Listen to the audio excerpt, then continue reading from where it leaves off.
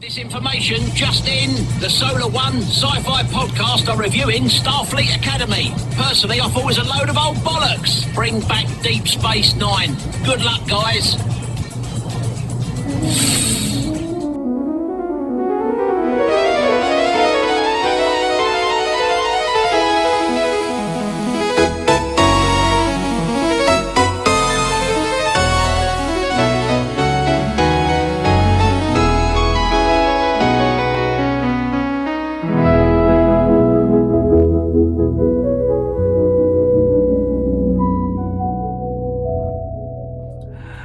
And we're back with the Solar One Sci-Fi podcast with episode 231. I'm Michael Ball. I'm also joined by my faithful co-hosts Malcolm Patterson and Martin Fowler. Hi guys, how are you both doing? Hello. Thanks for joining me. So we are back after a break. Obviously, it's been Easter. We all had our own life commitments and stuff like this. But we wanted to come back with something which we've all watched. We looked forward to aspects of it and I hoped it would be really good. And we're not going to say too much at the moment until we go into it. But we are going to be reviewing Star Trek Starfleet Academy Season 1, which finished about 3 or 4 weeks ago. Not that long ago. And I think we've all had time to watch it and digest it and get our opinions of it. So we will be talking about that. But before we do that, our usual practice is to sort of discuss anything in the world of science fiction that we might want to share with each other. So have you two got anything that you've seen, anything you like, anything you want to discuss? Let's start with you, Martin. Can we not talk about it? What's that? Starfleet Academy. Can we not? Well, we can finish now. We could just talk about general things and finish in about 5 minutes. I mean, that's fine. What was saying recently, I've caught up. I'd caught up with Starfleet Academy. I finished that about a week ago. Okay. I've just started on Daredevil, and I've just started watching The Boys. Yeah, which I need to see. I've been to a horror convention, and that's where I am in the world of science fiction at the moment. Okay, and for me, I've just got an idea for a new show which I'm putting together. Yeah. Okay, sounds good. For me, I've just seen the new Avatar movie, Fire and Water, which I actually quite enjoyed. I enjoyed it. Actually, I thought it was all right. I didn't mind it. It's very long. It's 3 hours, 17 minutes. But for in its defense, when I watched Oppenheimer, that just dragged like anything. But this one, it rather than seeing like it being a 3.5 hour movie nearly, it felt more like an hour and a half. It went quite fast. So I quite liked it. I'm still watching Legacy of Monster, but I'm still only up to episode 2 of season 2. And I know Malcolm's been watching them, but I'm going to wait until it's all finished. Then I'm going to just sort of like go through all and sort of binge it. I think that's the way I'm fancy doing it. Malcolm, sorry mate, what have you been up to? Sorry, so as you say, Monarchy. Season 2, I'm enjoying it. I know there's a lot of people when season 1 came out, they were on the reviews going, "Oh, it's so boring." I didn't mind. We talked about this. I quite liked it. Yes, I mean, it's the reason they're finding it boring is because it's got an actual fucking storyline, whereas all they want is the film. They just want to have Godzilla smash, and there's nothing more to them than that. King Kong's got a bit of a storyline, but the rest of the films don't. But this does, and quite a good one as well. Right. Season 2 is definitely doing well. So I've watched that. I've been diving into stuff like Stargate. Like the big one is I've gone back and started watching Voyager. I know, it's really good. You enjoying it? Yeah. So basically, on my rewatches, I've tended to dip in at season 4 because I always remembered the first 3 seasons as not being very good. So I've always dived into season 4, and looking back, I think I'm a bit unfair on that one. I know, like I said to you, when I put the pilot episode on, the pilot episode starts off with fucking Chakotay on a shuttle, and I damn near bugged out before the opening titles even come. I damn near turned it off. That guy just. Do you not like the actor or the character, or what is about Chakotay that turns you off? Just the character. Every time he does that fucking. I'm far from the bones of my people. I want to put my fucking Akuchi Moya, he says. He said, Akuchi Moya, I'm the far from the bones. Go I on. think that fucking character has offended more Native Americans than fucking Custer did. To be fair, I don't understand him. I don't. And Belana Torres, or I seem to Torres. recall it gets a bit better later on once she's getting some Tom Paris. Yeah, Over a she couple gets a of bit of Paris in her. episodes. Yeah, So, yeah, but yeah. in the early ones, she was like Major Kira in the early Deep Space Nine.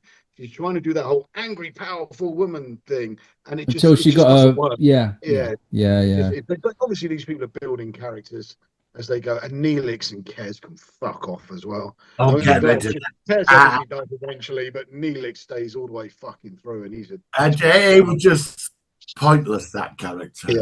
Yeah, he was annoying. Yeah, and he I almost have to got. say, Go on, a Malcolm. question is often asked about, oh, who is your favourite captain and all that. And I have to say, not because of her abilities and all that, but I always tend to put Janeway at the bottom of the list because I genuinely feel that if you were with Kirk, Picard, Cisco, or even Archer, you would not have been stranded in the Delta Quadrant in the first place. They would have found a way to save the fucking Ocampa, fuck the case on over, and get everyone home and I destroy the caretaker away. I think they would have pulled it off. Whereas I found the pilot mover were nothing special, and her decision when they destroyed the array, I thought that was incredibly selfish. yeah, I mean, you She try to had sell no the TV right. series, but there's not a lot you can do. But yeah, it wasn't She had believable. no right to keep them in the No, Delta Quadrant for no, 7 years. no, no. She had Do no you right. did you want to see the show turn into like in the actual two parts of the Year of Hell? The ship really got fucked up. Did you to want the show to get like over the 7 years get that fucked up by the end, rather I than like seem every to go I on? seem to recall in the first 3 years, Voyager was way too powerful. It could like fuck over just about everyone Yeah, and that that they part. came Yeah, across. yeah, they And did. that Yeah, kind of bugged me a little bit. And it was only sort of season 4 when they started to come up against, which I think was the Year of Hell season as well. it But was coming up against guys like the Herosian and things like that, Yeah, erosion. they actually started to get beaten by more. And then obviously Species 872. And but they came up against the Borg, but I mean, they turned the Borg into fucking stupid teddy bears in about the fucking second in the time they were in it. I found But yeah, I think the ship should have started to deteriorate. To be fair, Yeah, yeah. I found that when they were in Delta in first couple of seasons, like I mean, there were 1 or 2 episodes that were semi decent, but there were no transport technology, and they were just like, and the Kazon, the Kazon Ogler and all that, that were just like, just get rid of them. Yeah. They were like round shop Klingons, wasn't it? Yeah, they're They poor were man's like- they were- poor man's Klingons, basically. They weren't. Yeah. remember TNG when the pilot episode go, oh, the Ferengi. Well, I hope they find them as tasty as. And then when you meet the Ferengi, they've tried to build them up as this big villain, and they were just shit with women and With a horrible whip, whips yeah, and all that. yeah. So in the end, they had to. In the end, Pantos. they had to turn them into a fucking joke, really, and all that. The Kazon were like that. They were just. I mean, there were a couple of episodes in the third season. I thought the third season it did improve, but it really kicked up. Well, I'm not being funny. It's when they brought her into it, it did improve, didn't it? Yeah. Well, they They're all saying they want she. they did the same with Enterprise when they had to poll. They're trying to make. Remember the infamous what's the word? Contamination scene. Decontamination. Yeah. Every Yeah. episode they rub themselves down. And then when that got boring, they started to have her strip off and fucking massage and fucking trip every episode. Yeah, when Harry Kim's eyeing her up and she says, well, you know, things are elevated in you. And I mean, that were all funny. I did like her. And I mean, I've got to say, she's absolutely stunning, still is now. And she was a great character. But I always it thought did take that to improve the series, though, didn't it? But I think also Kez was. I mean, I felt sorry for the actress Jennifer Lean, who had a very troubled personal life. Yes, she did. And I think even when she was shooting Voyager, she was there was a few issues then. And we talked about this. Go on, Malcolm. Like I said to you, there was that episode. That never made any sense when she came back. In Fury, she'd meant to have evolved. Yeah. And then she came back as some future version to destroy him. Well, no, she wasn't. It was that she'd aged by that point because she was Yeah, six. but I thought she'd evolved to a higher plane. Well, yeah. I don't know. I mean, and then she came back trying to destroy them all. yeah. And we never heard anything about it. I were like, why you evolved and you went to the next level. And then she come back as this like, right, trying to destroy them. It were like, what's that all about? What's going on? Yeah. But I said that the original plan to bring on 7 of 9 was to fire Harry Kim. Because let's face it, he was another shit character. He was a wet blanket. And if you look at what 7 of 9 actually does with stellar cartography and all of that, you can see she was designed to replace his character. But Garrett Wang, bizarrely enough, scored quite highly in some like sexy polls and turned out he was a popular character. Yeah, wow. apparently. So at the time, Jennifer Lien, she was turning up late. She was getting bullshit on set, mental issues, unfortunately, that she was a very, very troubled, or is a very troubled woman, but she was back then. So they just decided, like, well, let's keep Kim and let's fire her instead, which is, it is sad, but you could see how 7 of 9 was designed to replace Harry Kim. Yeah, but didn't you find the Ola Compa thing? Like, her character was terrible, wasn't it? So they only lived for 5 years. Is it 9 years? I mean, it was 9 years. Yeah.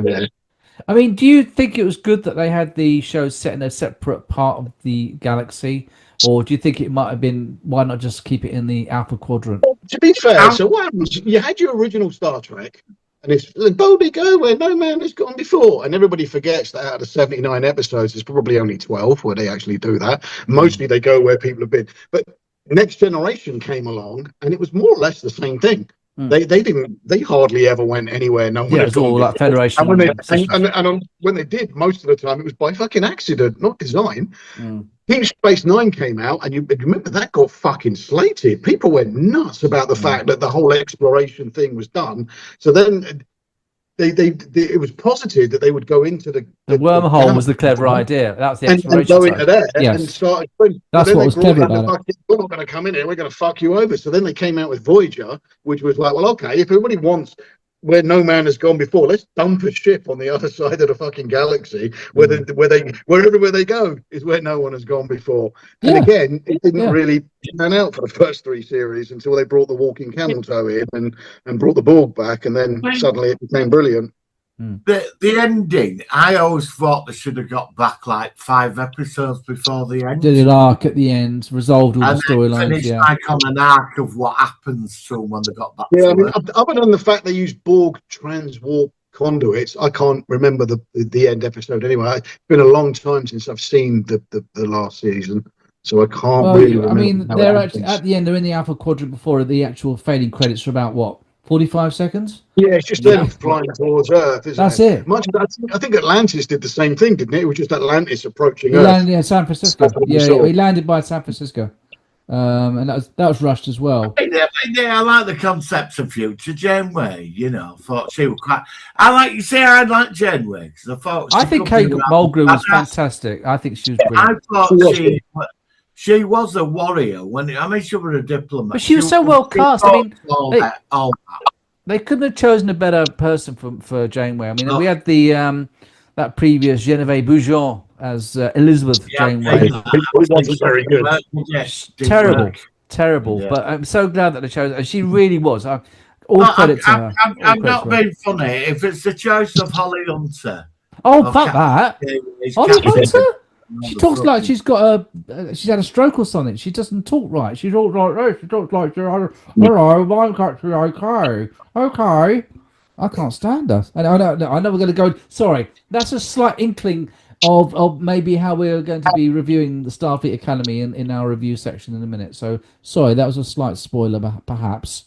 But no, let's just say that Kate Mulgrew as Janeway is a little bit better than some of the contemporary Starfleet captains we've had in recent years. Out of all Star Trek, it's Deep Space Nine for me. Yeah, we all think that. I agree. Yeah, I know. Deep Space Nine was just perfection. It was just. I don't normally plug other YouTube channels, but have you two been watching the Target Audience reviews. They're going through every Star Trek show for the first time and never seen them before. And they're currently up to season 3 of Deep Space Nine and season 1 of Voyager. And they're a bit they've got a Malcolm isms about them. They're like if they've got an issue, they'll say it. Kind of no offense to you, Malcolm, but you say how it goes sometimes, and they do remind me a bit of you, mate. That's the Malcolm should be on the target. They're very good. I find them really compelling. And like I said, I don't normally sort of like shout out to other YouTubers, but they're well worth a watch. Have you seen that trailer? I caught it over there. I know it's been out. Not Axanar, not the Axanar thing. No. There's Billy Piper running around with that kid. No, not seen that. Billy Piper running around with the kid. They released this trailer of Billy Piper traveling through space and time. Oh, I take it this isn't to do with Doctor Who. Yeah, it is. Yeah. Oh no, I'm not.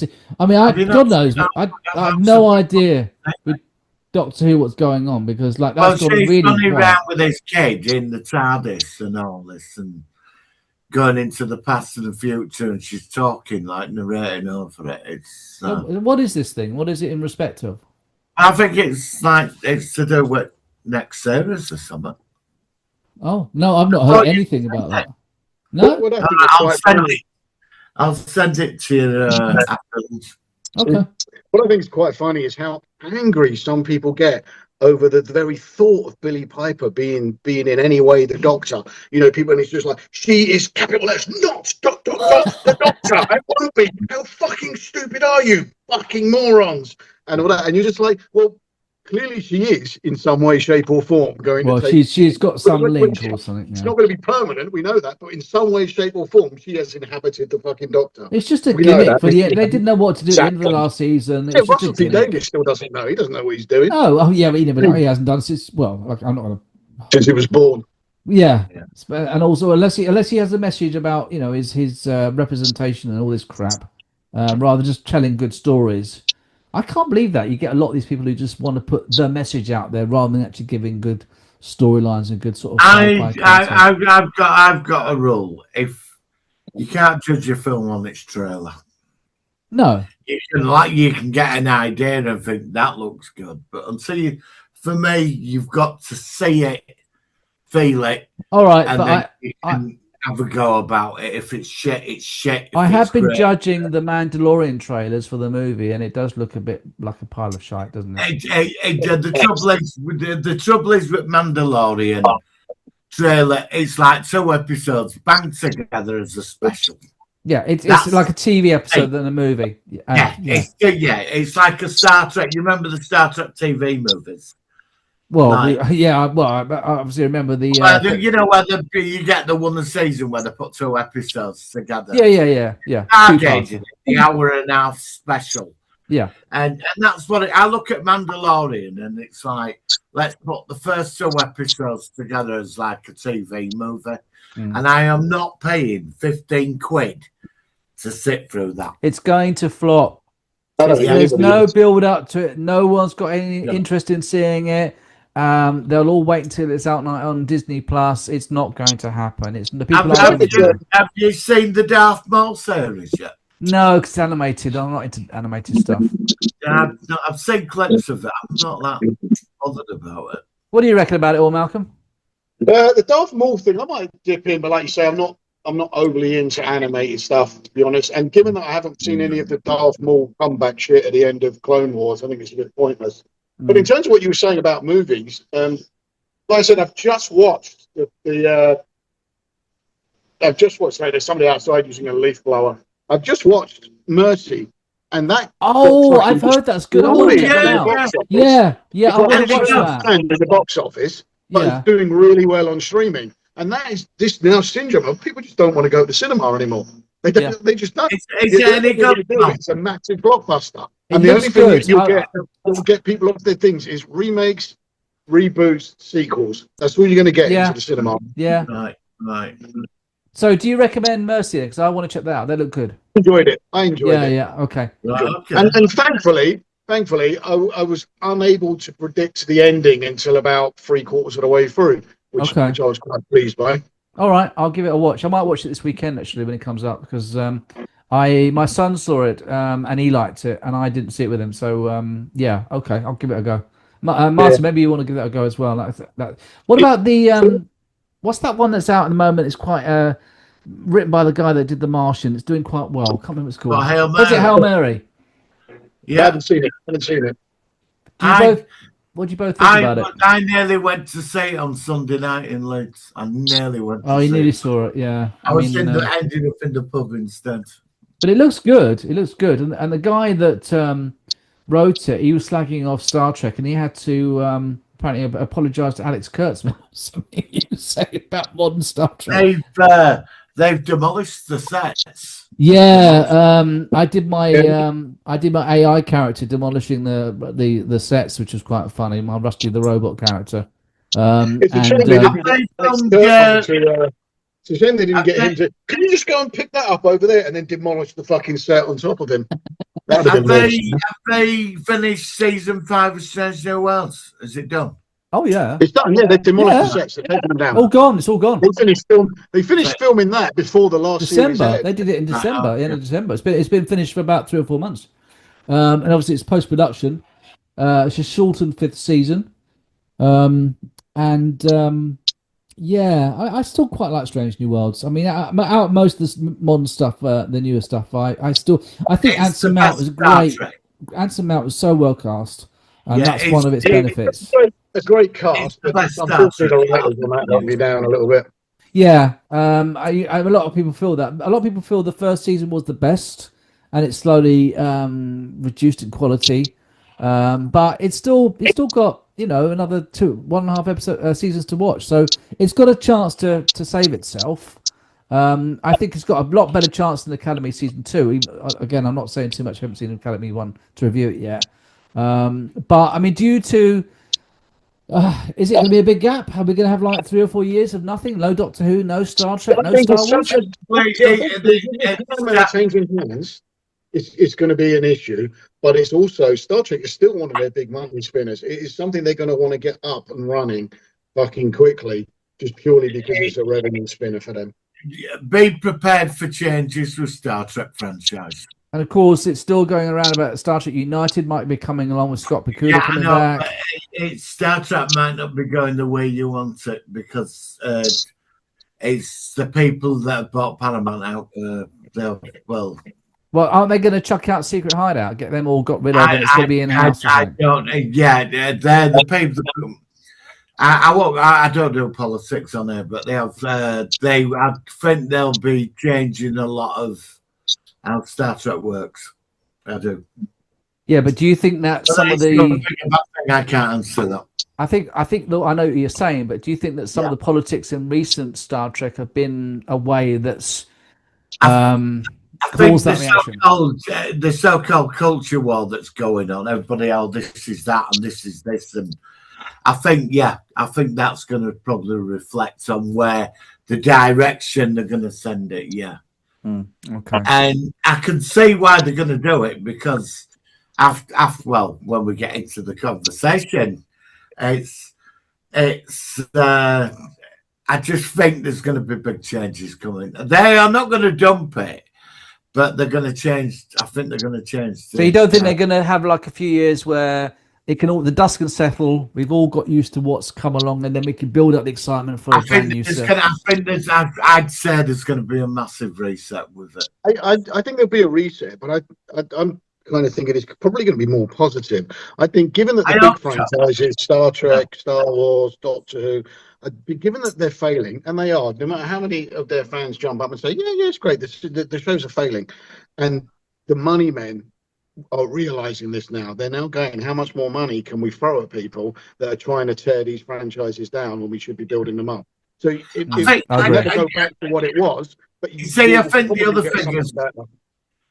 the other thing as well, and we tend to avoid this, but like I'm not going to go into YouTubers at all, but when certain things come out and certain people attack it straight away on a trailer, a clip, a synopsis, and they all gang up and it's crap and it's this and it's that and it's this.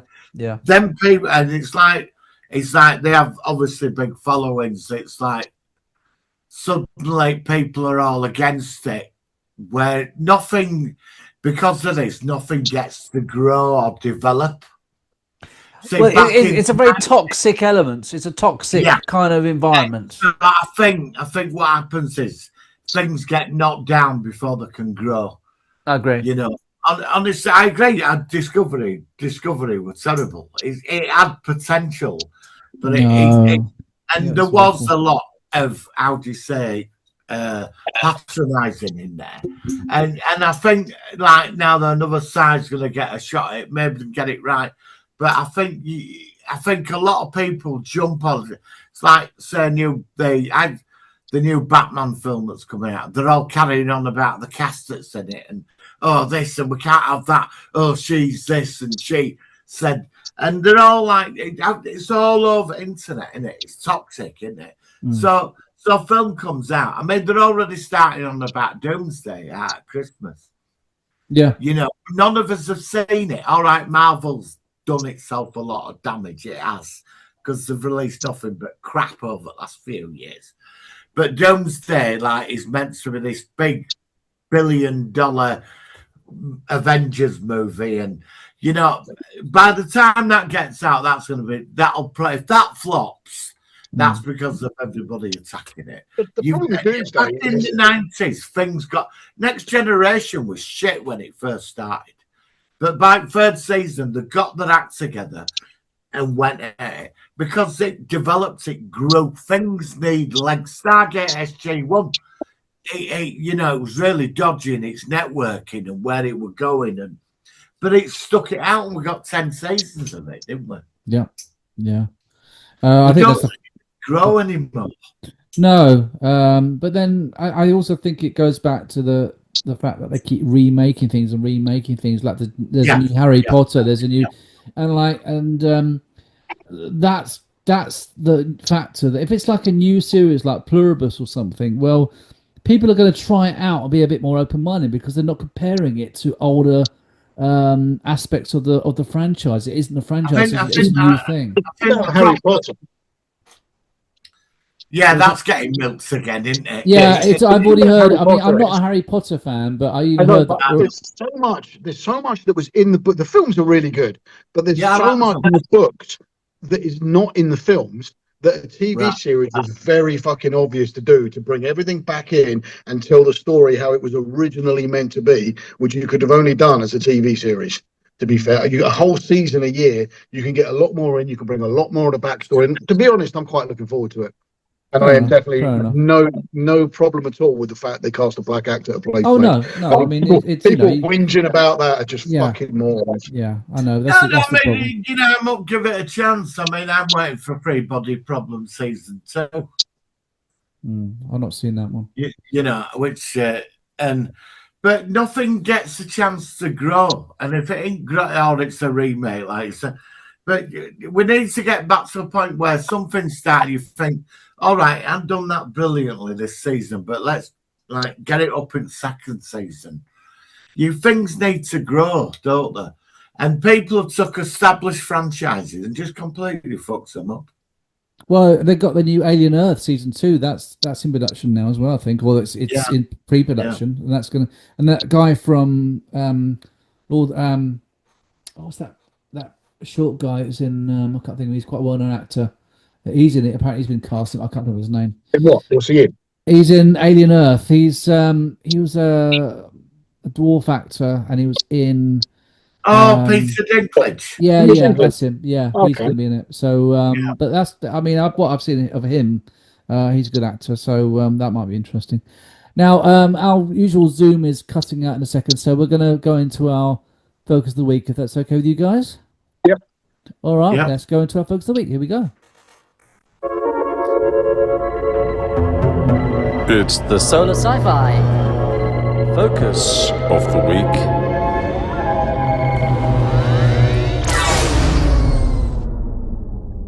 Okay, so our focus of the week, and it is a show which is a very recent show. It is part of a very well-known franchise, a franchise called Star Trek, which all three of us have heard of some point in our lives.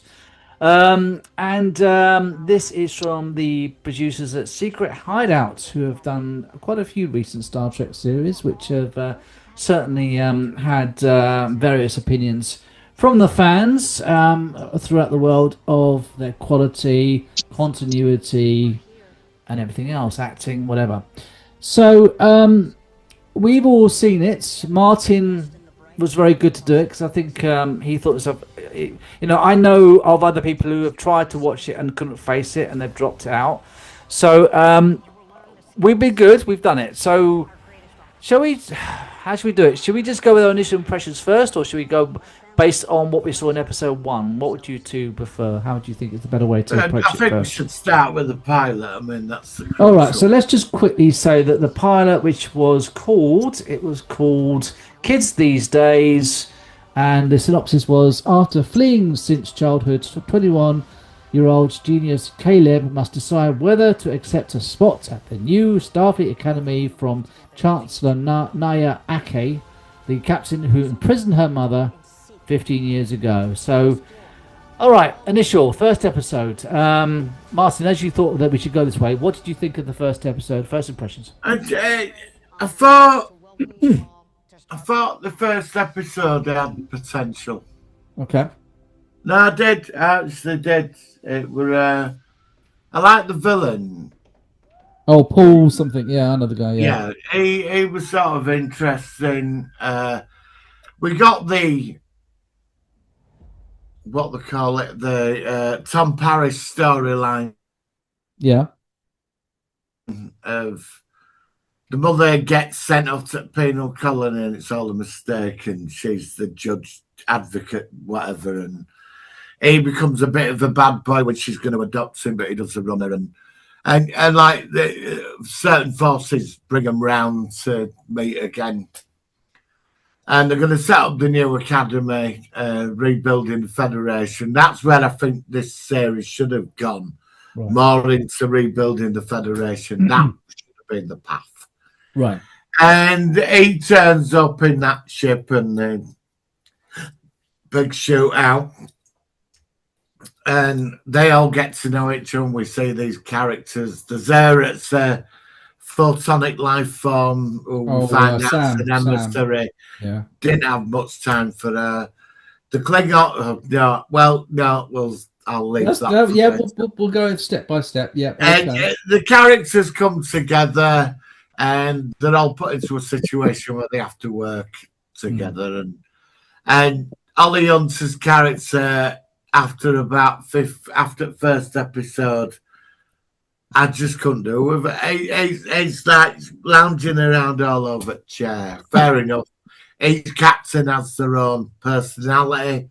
That's it. Yeah. But there was an episode where she was slobbing around on the sofa trying to talk to another officer. And I don't know. The first episode could have opened this up into something amazing. And that was it for me.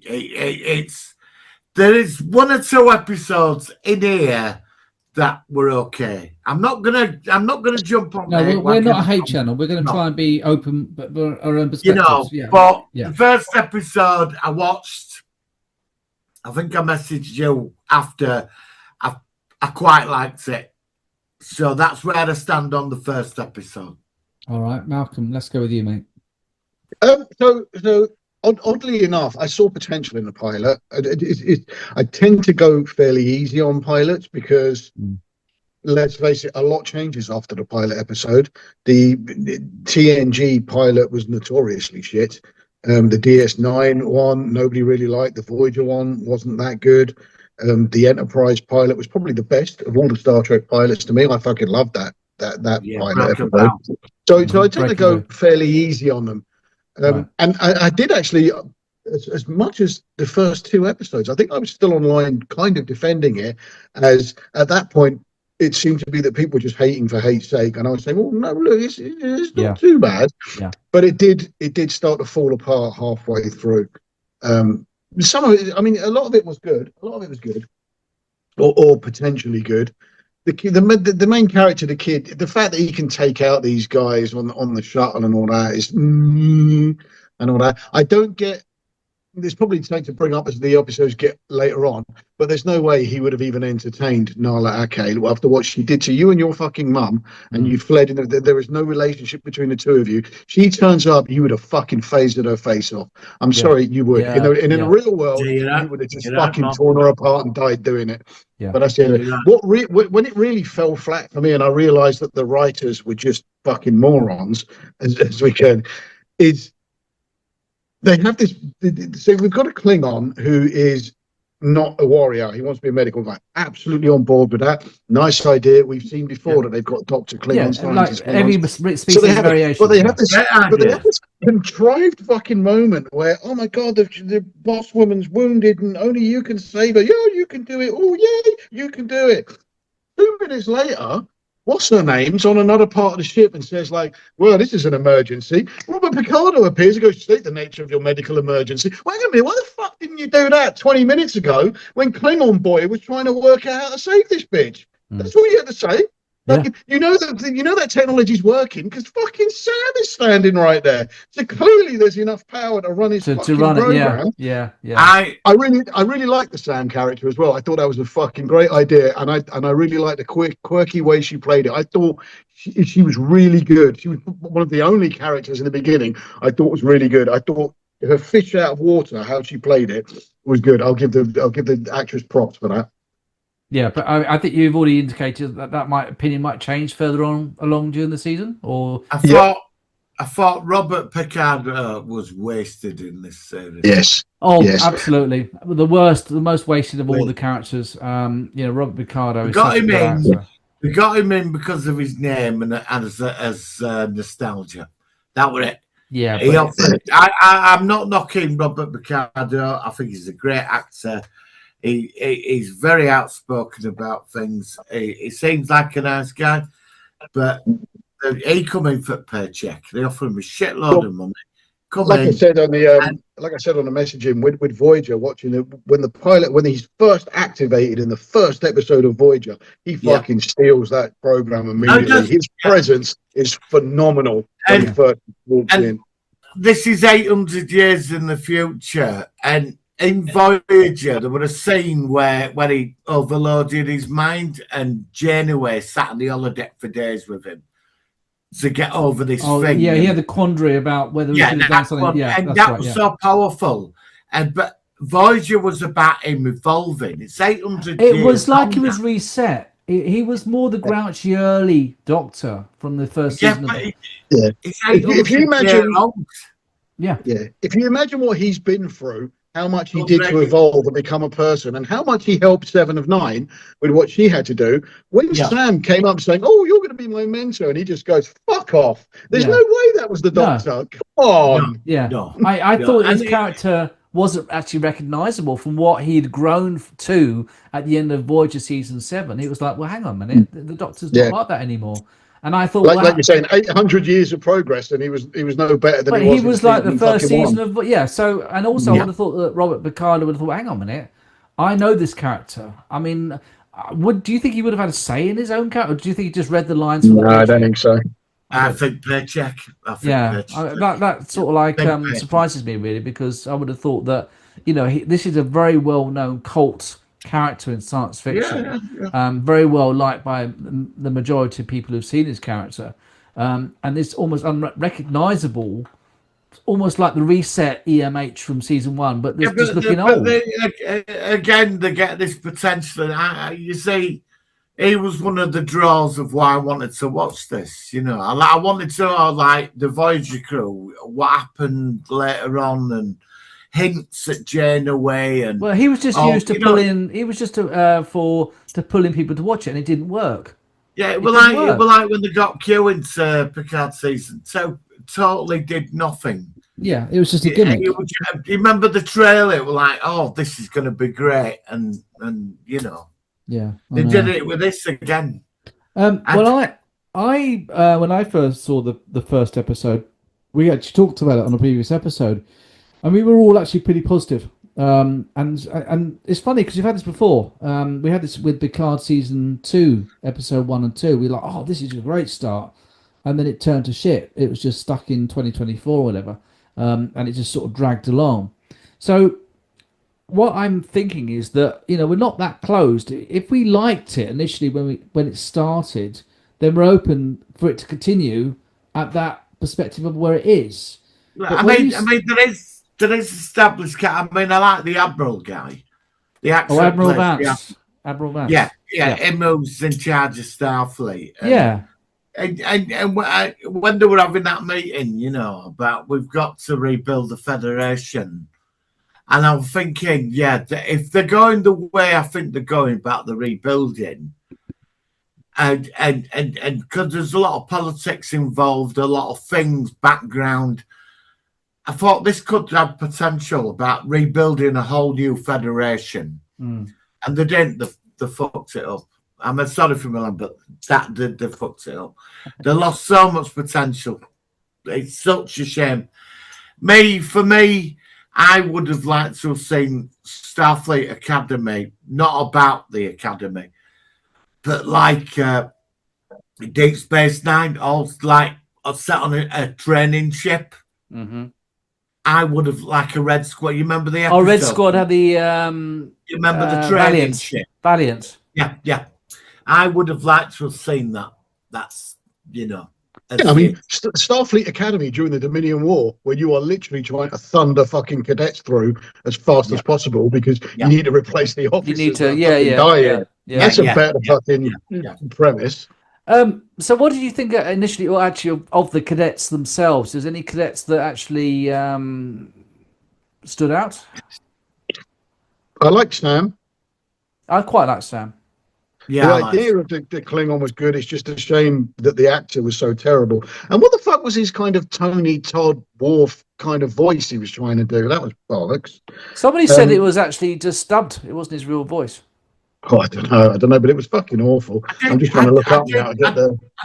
I read an article with him, and he did get a lot of abuse, and I don't think he should have got that. I mean, he's an actor, he's playing a part, but he didn't have any. Do you remember when we saw the Klingon Chancellor in the later episode? I'm not jumping. You remember the Klingon leader who came onto the ship?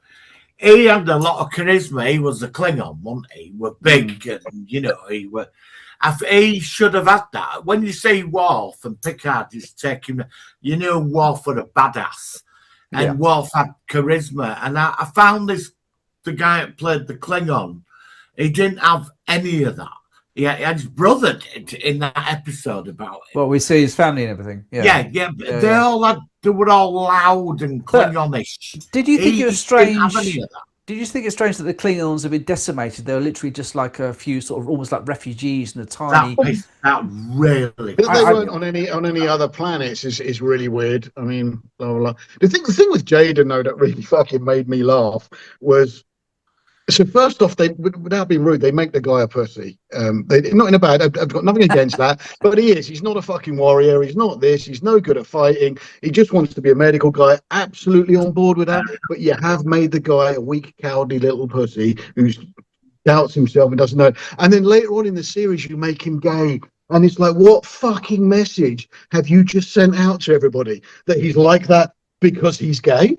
That because he's gay, he's not a warrior, and he can't. What have you literally just told him? Yeah, you just shit on your own fucking message. You fucking idiots. Yeah, it amused the hell out of me. That it really did. It were like. I mean, I'm not bothered about what type of characters and what they play, but it were like, let's do something different. Let's have a gay Klingon. Yeah, but they could have had a gay Klingon who was more still a warrior. It didn't work. Yeah, but didn't they make him sort of like stereotypical gay? I mean, it's like, rather than it's like he could be a gay Klingon, but he's still a warrior. But aren't they making him more like Mr. Humphreys or something as a gay Klingon? Like, I'm free in the academy. Well, I don't know. As a Klingon, it's like, I remember the guy who played Robert O'Reilly, who played Gowron, and all the other Klingons, him that plays Martok. They all had charisma. They were all Klingon, weren't they? And he was like, there was a moment, I think it was when he met the bad boy who she adopted.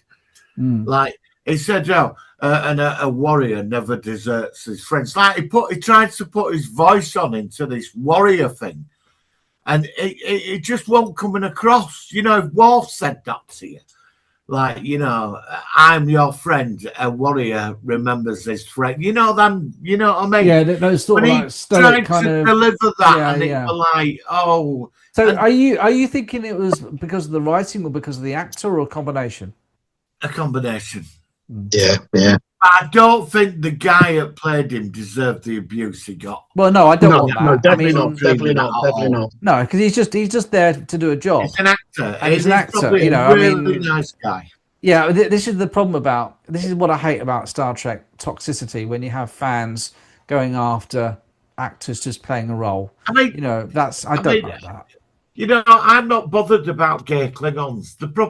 You know, I couldn't care less. But even if he's a bloody gay Klingon, he's going to be still a warrior, isn't he? Yeah. He's still his whole family were like. Yeah, but they made him that he wasn't a warrior. He liked birds. He wanted to. Yeah, I mean that's my point. If you'd have had like fucking Martok or fucking someone like that, or Kern turn out to be fucking gay, you wouldn't get. You know, what I mean? No, it wouldn't have been a problem. There, it's just a gay guy. He's like he's there. He goes out, he punches, he kills, then he goes home and fucks his boyfriend. Awesome, not a problem with that. Yeah, but they the got it fact completely you wrong. made this guy. You went out your way to make this guy.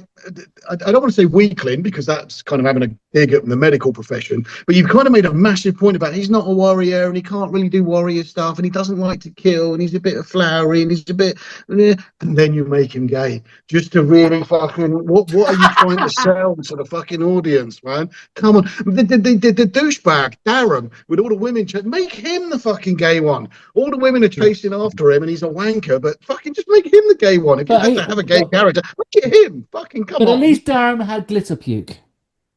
Yeah, yeah. Just another problem with the pilot, the exact right fucking quirky ability that we need to save the day. Oh, I can go outside without a spacesuit because my species you've never fucking heard before can do exactly that. But I can't live long because there has to be a little bit of fucking drama to what I'm doing. Yeah. Shit writing. And then we see his actual planet, and they all look human. They don't look like these strange scaly things. They walk around with the skies all the time. The royal wedding when it's like 3 guests and everything. I just thought, what the hell am I watching? I will say one thing before we move on with the Klingons. When the burn came, and if a lot of their empire got cut off, I could see them all fighting each other if on their own planets. Yes. I could see that. And because I was a bit upset about whether they were just flying around from world to world. But I could see in the burn, if they can't get off the planet and all the colonies, and there were 26 houses, there were only 8 left. And I could see them all going on civil wars and crusades, fighting over resources. That does make sense. Yeah. I mean, of course, the whole universe has been turned upside down because of the burn. Yeah, which so it sort of makes sense. Yeah, but I was still annoyed of how where they ended up. It just because, like I said, they could have said what you've said with 2 lines of fucking dialogue. 2 lines of dialogue explain exactly what you've just said in a show where that guy was going on and on and on about his standing up and giving his speech bollocks. You know, you could have easily shoehorned 2 fucking sentences in to explain what you just explained. How the Klingon, how a fucking galaxy-wide empire got fucked. You know? they did. They just sort of like the home world. Yeah. Another race which was unfamiliar in this show was Betazoids. They didn't seem very familiar, did they? What the hell was that all about? Yeah, so we're kind of diving into the next episode now. Well, we better, because otherwise we're going to run out of Zoom time. So I quite liked her character to begin with. I liked her character. I liked the idea. There was a lot of stuff online because obviously we changed the Betazoids. First off, they don't seem to be telepathic anymore. Now they're only empathic, which is why a lot of people claimed they thought that maybe AI was writing it and only really knew about fucking Troy and fucked up. Yeah. And they don't have black eyes anymore. But a lot of people were going on saying, I don't get why they're all deaf. And it's like, did you not watch? Only he's deaf. He's the only one who's deaf, and his daughter did that to him. That's why she's wearing the fucking thing. So she Yeah. would do it to anyone else. How did nobody pick up on that? This is why some of these haters. You have to understand. Some of these haters are not even watching the fucking show. They've got it on in the background, taking a couple of notes that they can fucking And not slag off, actually but they don't actually pay attention getting the to full what they're being information. So told. they're yeah, I get that. I mean, these earlier episodes after the first episode were pretty weak. We had the one with the Betazoid, and she was a love interest for, is it Caleb?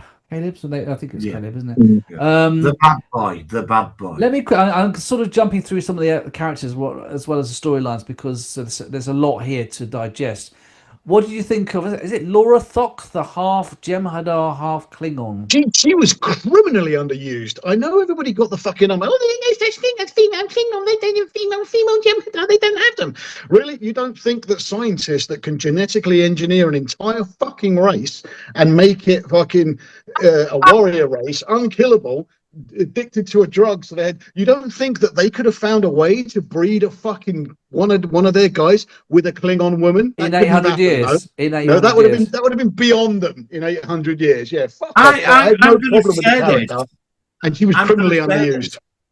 I actually liked her. Yep. Yeah, Yeah, I thought she was At quite first, I good. were a bit iffy, but over the series, she was one of my favourite characters. I But really for the Also- little she was in it, Also, one thing which they got right was her makeup. She looked really good. She did look like Yes, a she proper did. Jem'Hadar, and they don't normally get the Yes. makeup right. And I thought that, that's Jem'Hadar. Most of the aliens in this. Now, the difference between Star Trek and Star Wars, a big thing that's always been to me, is the Star Trek aliens have always looked realistic, and Star Wars they've always looked like fucking Jim Fantastical. Henson's puppets.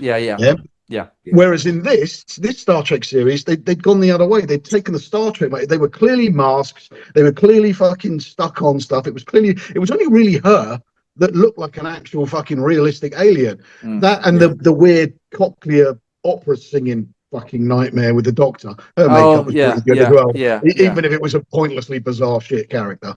Yeah, I know. It's funny how I still miss the Michael Westmore makeup days, which he was on from Next Gen to the End of Enterprise and the movies at that point. He was so good. And most of the makeup since with Hidden Secret Hideout, sort of like productions, the makeup has been pretty off for a lot of the aliens, especially obviously the original. They've redesigned the Klingons now. They do look pretty. They look okay, the Klingons, but you've got these really weird looking Ferengi in the background. Some really weird kind of. A lot of the basic races that we're familiar with, they just can't seem to do it quite right. We never got answered. I wanted answers to the black and white one. No, one of those appeared. The obvious answer to that is yes, the home world was destroyed, but as you there's just pointed out with outpost Klingons, they were a spacefaring race. It's not some of there them are are other people on planet. another planet. Yeah, Before because the world, that was my conclusion. But I would have liked to have known more about her. Yeah, I found her. I thought, bring her in. I'd like to, but then I found that the wasted potential there. Yeah, but I don't think they thought it through. I mean, I just think they thought, I remember there's an episode in TOS where there's a character with black and white on one side and white on the other, and the other side, the opponent was black and white, but it's the other way around, and it was a racial thing. So cleverly written. It's awesome. Very, very. And, let's just bung one of them in the background. Whereas they actually should have watched the episode and thought, well, actually, no, we can't do this. I know we've already acknowledged that, there could have been an outpost or something. But the episode itself indicated that the whole race was destroyed on that planet, even though there is a way that you can make an excuse for it. I mean, to me, with a spacefaring race, so they were some of them got off that planet. Yeah, but in the episode at the time, it indicated that every one of them was destroyed, and that's what I'm saying. That's my issue with that. Yeah, and also there is a minimum number. 800 years. There's a minimum number of people that you would need to keep a race going. I can't remember what it is. No, but there is a certain amount. Otherwise, it won't happen. Yeah, I know what you mean. Yeah. All right, so we've reviewed some of the earlier episodes. Shall we go to slightly further along? I mean, we've seen Kids These Days, Beta Test, Vita's Reflux, Vox in Excelso. Okay, let's go with the Deep Space Nine link, episode 5, Series Acclimation Mill, where Sam tries to solve the ancient Starfleet mystery of a certain Benjamin Sisko. Now, this was an interesting one. As a Deep Space Nine fan, as you two are, what do you think of this one? Didn't like it. I was so looking forward to it, and you were like, all right, we're going to get the thing. And I really like the Sam character. Obviously, knowing what happens to Cisco would be great. Having a little, Jake Cisco coming back into it, but it was handled badly. It was written badly. It was just rubbish. And I've had people like fucking try and slate me off for that on Facebook, but it's not. It was rubbish. It doesn't stand up to even the most fucking stupid scrutiny. It doesn't stand up at all. It failed on every count. It just failed. Yeah. I've got mixed feelings for it as well. But before I give my opinion, what did you think, Martin? I went in looking. I went in quite positive about it, and I don't agree that Cisco will never seen again, even though he ascended or whatever. He had a bond with his son. He would have somehow. Yeah. He doesn't seem like the sort of guy that would never ever come back. He loved his son. That was one of the beauty. You felt it. There was the bond between the both. He would have appeared.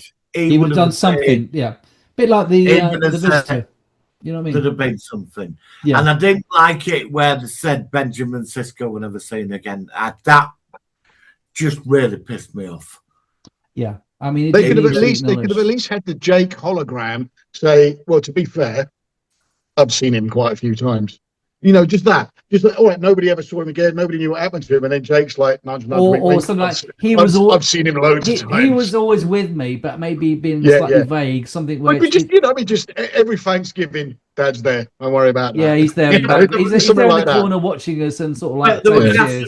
But he had another child to that. You know what? On the lineage, and at one point, it wasn't that the child wasn't mentioned. They had a lineage of the Sisko family. And Cassidy Yates, it wasn't mentioned. So again, there's another continuity cock up. So they've obviously forgotten that Cassidy was pregnant in the last episode.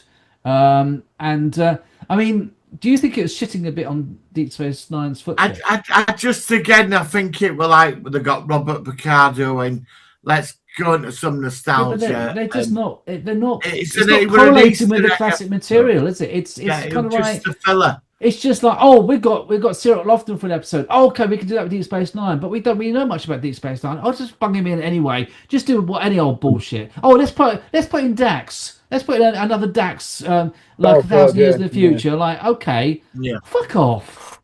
You know what I mean? Do you know what it was? It was like when they made Rogue One, and he's walking along and all that, and the guy from the New Hope that gets his arm cut off, oh, he's no, he wants to know what you'll be dead. Them two characters, I know the ones, yeah. But he's walking along with bumps, shoulder barge is one of them, and everybody's like, oh, squee, look at that. No, that's just shit. That's just a shoehorned in fan wank bollocks. Fuck off. Yeah. Like having to have the fucking the gold fucking moron and the dustbin in every fucking film, even if it's only for a 10-second fucking cameo. Fuck off. Let the film stand on their own. You don't need any of that. The gold moron in the dustbin. Who's that? The fucking gold fucking and then fucking dustbin that always walks along the side of him. Fucking the blue and white fucking thing. Oh, that's not right. Do you know what we're talking about, Martin? Because I'm lost with this one. R2D2 and C3PO. Oh, sorry. I thought you meant. Oh, sorry. God Almighty. Yeah. So obviously a fan wank and we never saw Avery Brooks's face in the episode either, which I thought was weird. We heard a bit of his voice at the end, which was taken from poetry or something, which I think he agreed to let use. I think what they should have just dropped the Cisco thing, mentioned Bajor, what's the Dominion done? Could have mentioned it in 3 minutes. Yeah. She goes on some thing about the wormhole aliens, and that's it. And I think Deep Space Nine should just been left where it was. Yeah, don't touch something. I can't. He will never seen again. Yeah, I'm not going to go. I'm just ignoring that. I just say that Jake was just not just admitting it. A man that felt like that for his own flesh and blood. He moved heaven and earth. Yeah, Even when he were in there, he would have watched, or there'd been something. The There would bond have been. between Benjamin and Jake was always such a prominent factor in Deep Space Nine. It was Well, so it's one of the solid. reasons why we watched it. Yeah, Yeah. There was such I mean, a lovely his writing fucking between mum both. gets killed when he's a fucking teenager, and then his dad fucks off with some aliens. Come on. Yeah, it doesn't make sense. No, It doesn't. it's not good. Now we've only got 7 minutes, so I think we have to sort of jump ahead a bit. Should we just go with any specific episode? Well, the next episode, Come Let's Away. Oh yeah, go. Cadets face a deadly new threat. That was quite a good episode. I thought it was a bit Duex, the fucking ending, where he just and kills everyone and all that. But the actual I think that's one of the strongest episodes. It was one of the strongest. I'm not going to call it a massively strong episode by Star Trek's normal standards, but as this series goes, it was a strong. Is that the one with the Omega particles where they get set up? No, it's the one where there's a ship and a nebula, and they have to go on the ship, and the Vulcan gets killed. Yeah, they get attacked by another race. This really quite cool race that looks like they're sort of Fritzing. There's really weird sort of look about them.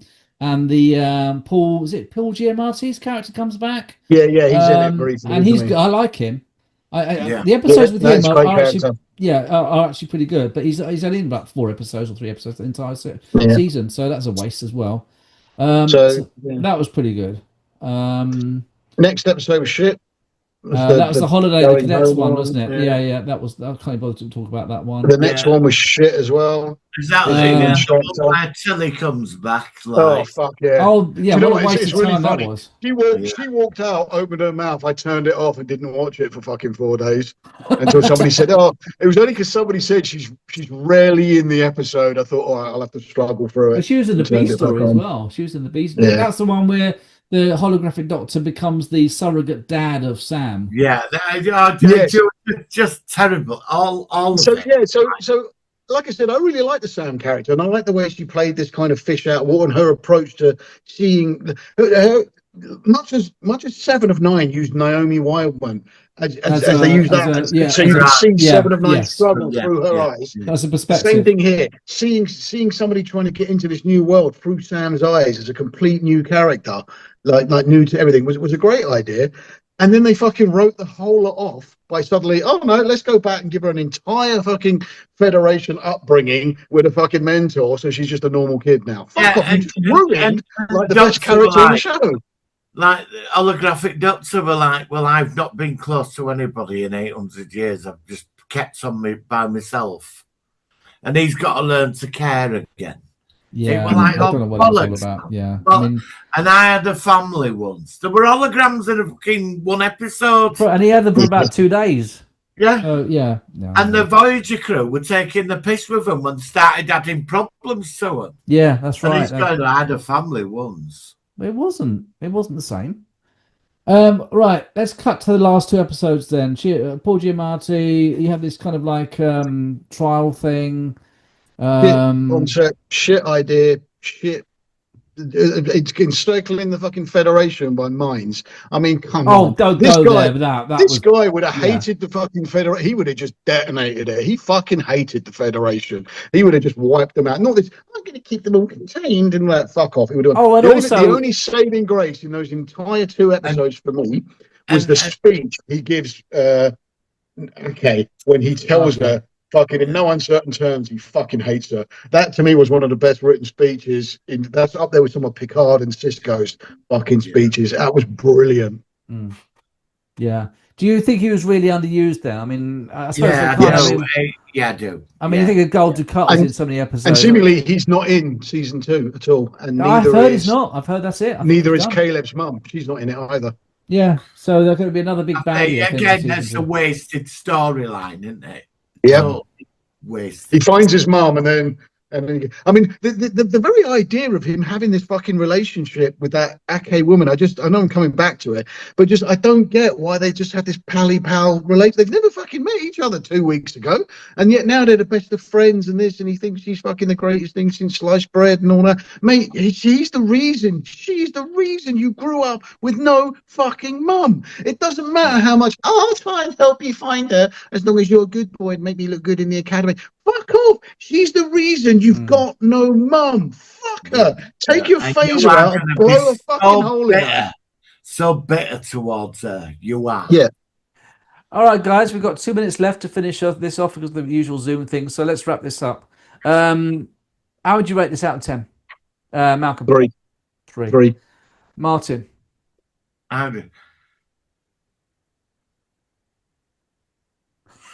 That we've frozen him. Frozen time. I was going to give it a 4, but Malcolm's right about his mother, and I've got to give it a 3. I'm going to give it an 8. No, I'm only joking. I'm going to give it a 3 as well. Yeah. I think that's a fair. That's a very low score for us. Yeah, I think but that's higher than Section 31, which I think I gave 1 or 0. So yeah, it's there were potential of storylines did fuck all with them. Yeah, I also think if it had carried on, I still think if it had carried on past season 2, it potentially would be better than the Discovery. Discovery was shite and all that. And but it's not going to get the chance. To be fair, I think the episodes, the strong episodes of this episode, the pilot, the trapped on a ship, were better than anything Discovery came out. Discovery was horseshit. Discovery's a 1 for me. Would you have it in the collection? No. Even the completist of me is not interested. I would, because I'm a completist, but only because I'm a completist. Do you know? And I've not gone back to watch any of them. No, and I actually watched the Sam one with the Doctor one. I did watch that again. Actually, I only want to watch twice. I keep trying to watch season 4 of Discovery, and I can't get past episode fucking 2. I do try and watch that from time to time, but only because I just try to give it a benefit of the doubt, even though it's not very good. Okay, guys, thank you very much. We're going to wrap things up. I'm really glad we've reviewed it. I'm not sure what the next episode will be, but obviously Malcolm and Martin and me can discuss that. So thank you very much, and we'll see you next time on the Solar One Sci-Fi Podcast. Thank you very much. Live long and prosper. Live long and prosper. Well, the Starfleet Academy sets are being taken down. Can't say I'm surprised, as the show was awful. Might as well help them out.